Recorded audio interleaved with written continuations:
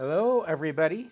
Welcome to the 6 p.m. Dharma Recovery Monday night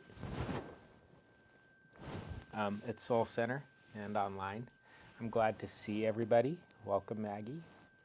She hasn't. Oh, yeah, she's still got to be admitted. Um, I'm John, and I'm glad you're all here. Uh, so I hope you all had a nice Christmas. I'd love to tell you all a Christmas story and pack your stuff. Pack your stockings full of sugar. And this Christmas has been a good Christmas like every other Christmas. I like Christmas lights and I like all the yard decorations. And mostly I like the pagan elements of Christian. I like the trees and I like the music and I enjoyed it. But stuff came up to make me a little more reflective. And so it existed side by side. And I was like worried my Christmas would be ruined, but I let go of that. And my Christmas was just different, but it was still felt like Christmas. And I was grateful for that, but I realize not everybody likes Christmas, and I can see why a lot of people don't like it. So that's why I just don't want to go that deep into it today, even though I do. What I do, I love Julia's, what I hear from the light and darkness. And I'm going to go into something that can be, that some people label as dark. It's labeled as dark, but I don't think it's really dark. Just about a couple months ago, things in my job just got crazy, and they're still crazy right now, and I'm dealing with it. But I heard there's a chance, that I may not be there, as of tomorrow. But that's passing by for now, apparently, right? It's all good, and I don't want to go into any details. But part of me panicked, and it panicked because, oh no, I make such good money, and I have such good benefits, and my life has been so comfortable, and I've been there for 24 years, which is a long time. And I'm like, there's that panicked side, and it caused a lot of insecurity and unsettledness to me. And then there's the side of me, it's like, yippee, I can get out of here and get unemployment. And I can have a few months to think things out and look for something new, and I'll even get paid less to do something not as hard. That was something that had happened concurrently. And that was, to me, the beautiful road to non-attachment of whatever happened. I discovered that no matter what happened, there would be meaning and there would be joy and there would be good things in my future either way. And on the flip side, there'd be suffering in my future either way. And so I sat with that, and it was a good thing to sit with. So as of today, I'm still indecisive of what I want to do. But what I needed to recognize was my discomfort with being unsettled and being discontent. And discontent is like anything if you have a practice. More and more, I don't want to think of things as Buddhist or Christian or Muslim or Hindu. I think all religions have extremists, and all religions have people who are very sacred. I really believe that. What that has to do with discontent is, so I go online to do my research. I go and see what people have to say about discontent. And what I found to me was, it was interesting.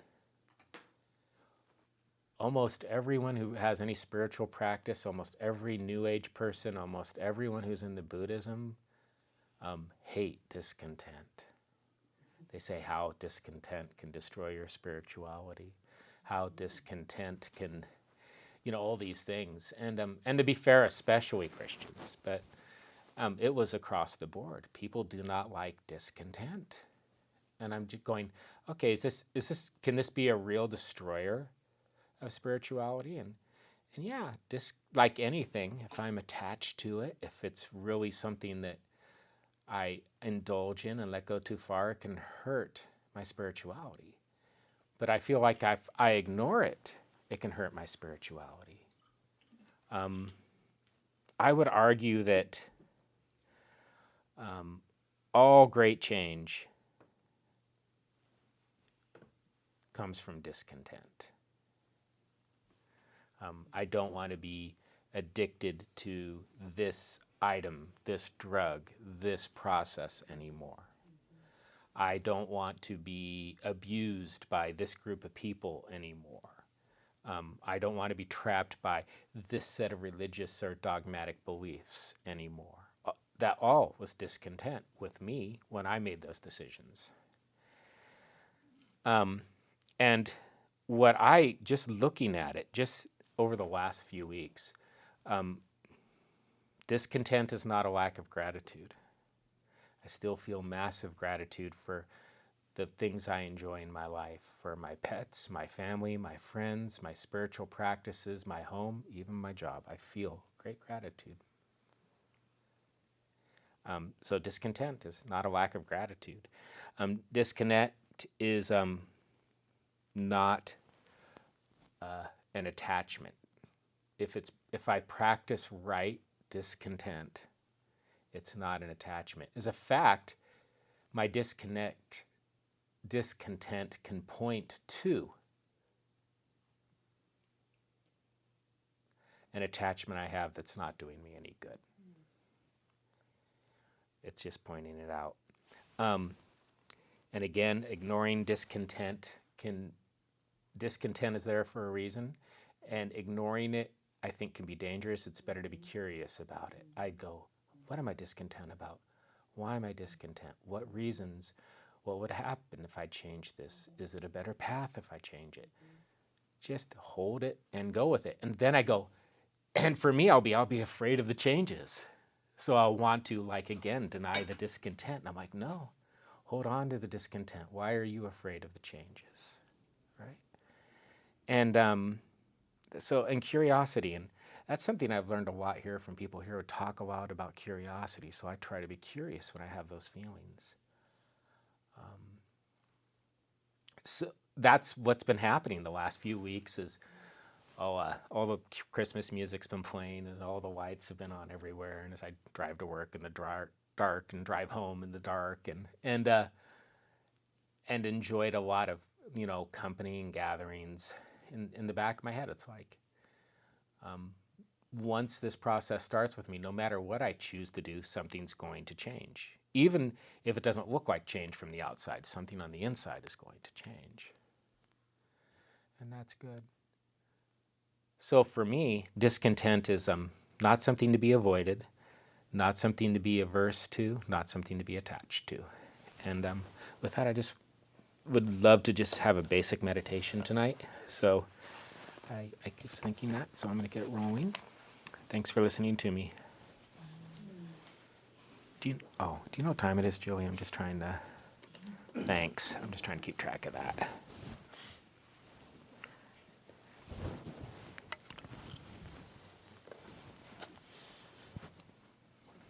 Okay. Sit or lie down in a comfortable but attentive posture.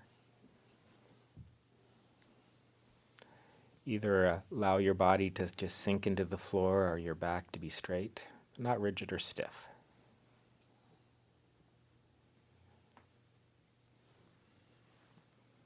Allow your face and your jaw to relax. With your arms and your hands in a comfortable position.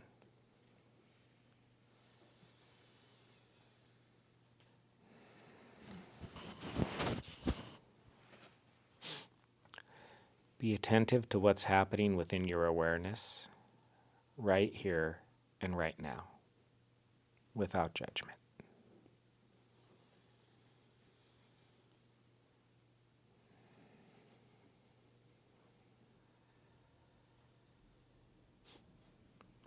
As you sit, begin to notice the sensations of your breath.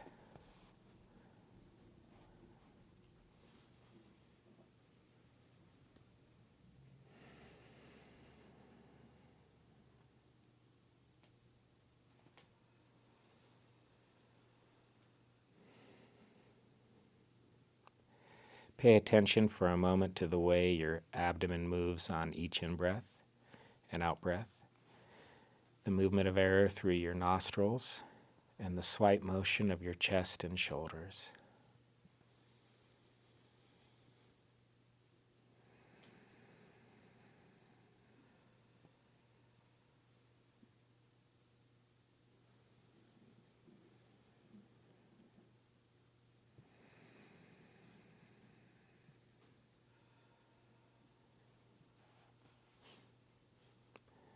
Find the place in your body where the sensation of breathing is most vivid, whether it be your abdomen, chest, or shoulders, or the movement of your nostrils as you take in air and release it.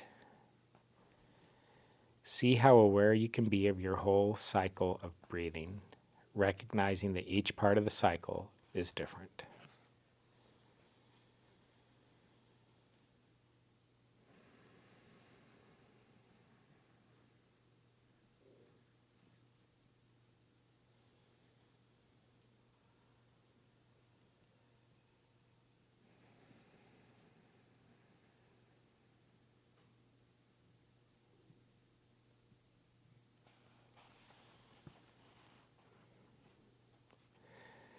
You will notice your attention shifting away from the breath from time to time. It's perfectly normal for thoughts to arise and to wander into fantasies, memories, worries, or things you need to do. When you notice your mind wandering, try to meet it with a spirit of friendliness. You don't need to do anything about it. There is nothing to fix.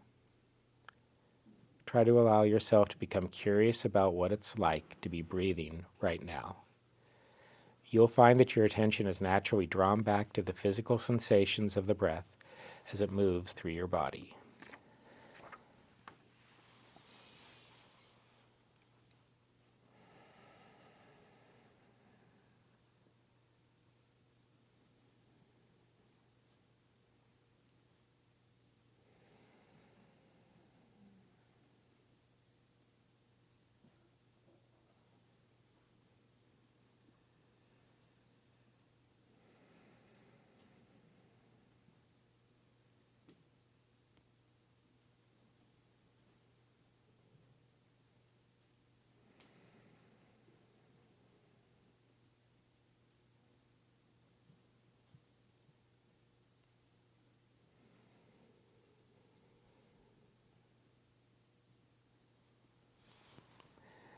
Stay alert, relaxed, and above all, compassionate as you maintain awareness of where the mind goes.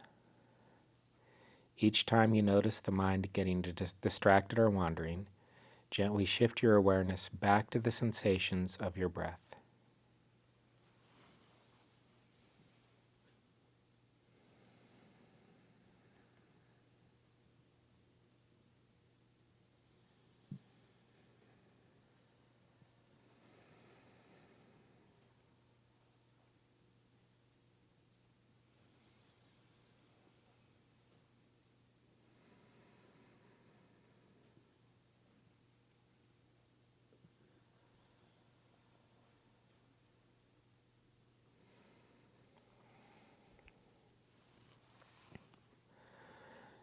Notice the tendency to want to control your breathing. Try to allow the quality of your attention to be light and easy, one of simply observing and noticing. You don't need to control the duration, intensity, or pace of your breathing. Just be present.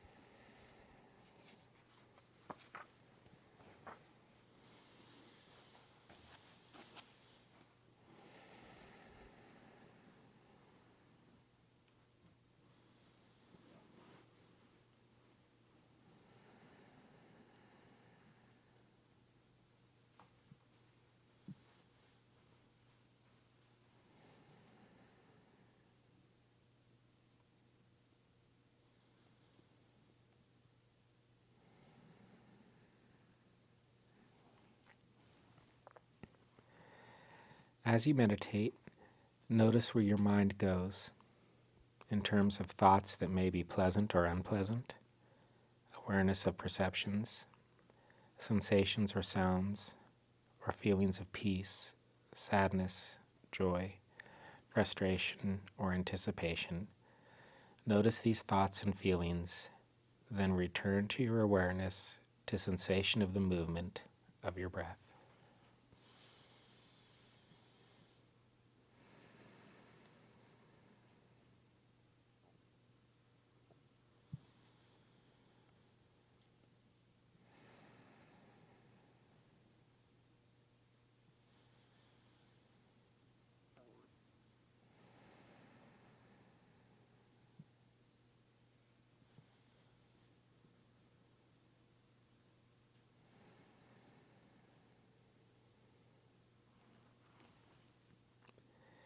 If your mind is drifted off into a thought, fantasy, judgment, worry, or becomes very focused on a sensation or sound, notice in a friendly way what is happening and come back to awareness of your breath. Recognize the distraction is important as your awareness shifts away from your breath, then comes back to it.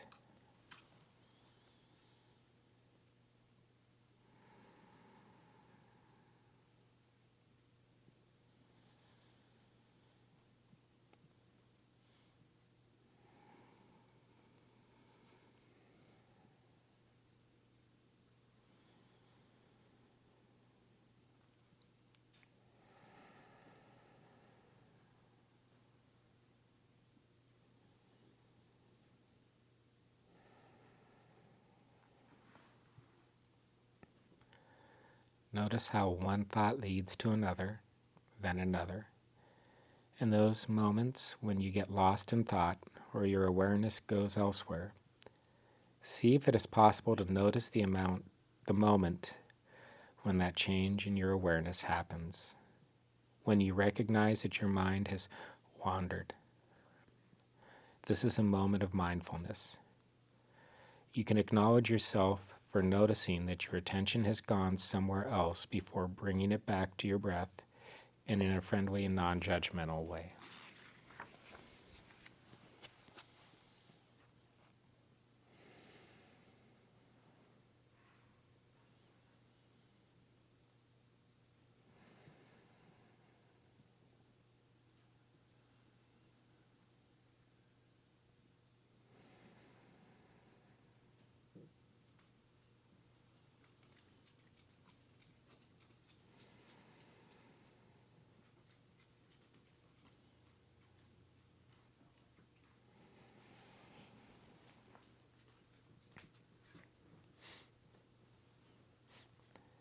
As this meditation comes to an end, recognize that you spent this time aware of your moment-to-moment experience.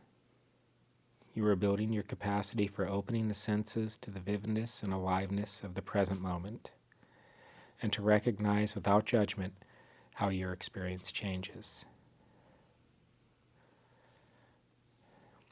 Then, when you're ready, allow your eyes to open and your attention to gently return to your surroundings.